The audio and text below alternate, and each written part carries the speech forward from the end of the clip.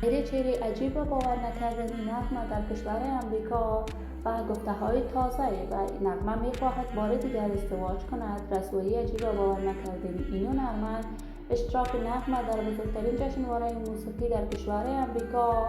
نغمه چرا نتوانست آهنگهایش را زنده اجرا کند؟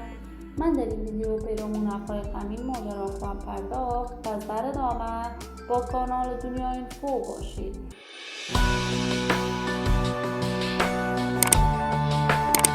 سلام و سلامتی نثار تک شما دوستداران نهایت ارجمند کانال دنیا اینفو. شما را خوش آمدید میگم به یکی دیگر از ویدیوهای جذاب و دیدنی این کانال.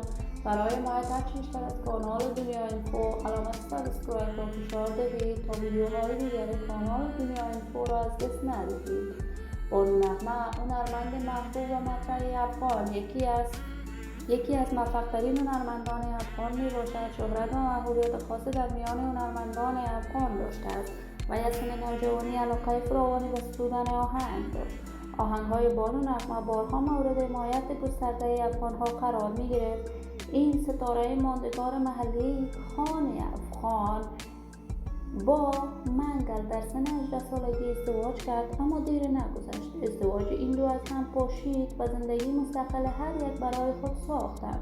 نغمه بار دیگر ازدواج کرد، اما منگل تاکنون ازدواج دیگر نداشته است. بانو نغمه جدیداً در بزرگترین جشنواره موسیقی افغان‌ها در کشور امریکا اشتراک کرده است و در این برنامه موسیقی با چهره کاملا جدیدش که جلوه‌ای کرده ظاهر شده است.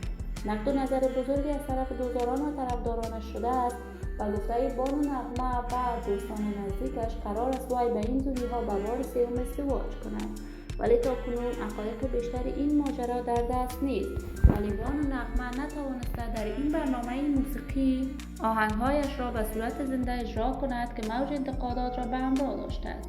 ولی من آرزوی موفقیت، کامیابی و سعادت برای بانو نغمه از بارگاه عزت الایزال تمنا دارم. دوستان و همراهان نهایت ارجمند کانال دنیا اینفو، شما هم نظریاتتان را در بخش کامنت با من شریک بسازید. این ویدیو را با علاقه‌مندان و دوستان بانو نغمه به اشتراک بگذارید. برای حمایت بیشتر از کانال دنیا اینفو علامت سابسکرایب را فشار دهید تا ویدیوهای دیگر کانال من را از دست ندهید. تا درود دیگر، بدرود.